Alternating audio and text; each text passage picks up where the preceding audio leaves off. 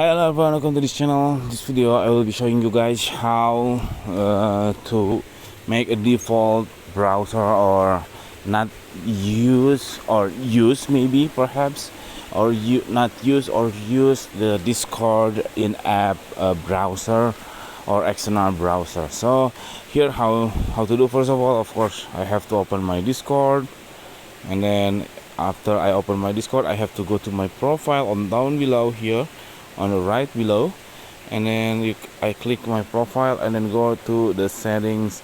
That's really small icon on the upper, so that's why this tutorial may be helpful for you.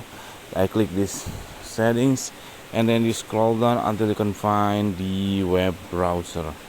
There are two options if you click this web browser. The first option is in-app browser and an external browser. For me, I do prefer log into my external browser, since I use Google Chrome that already log in many websites. That's really helpful. At least I have my history of browsing instead of using in-app browser from Discord. Okay, that's it guys. Thank you for watching. If you think this content is helpful for you, please subscribe our channel, or you can just click thanks on down below. We will really appreciate that. Thank you for watching. Bye bye.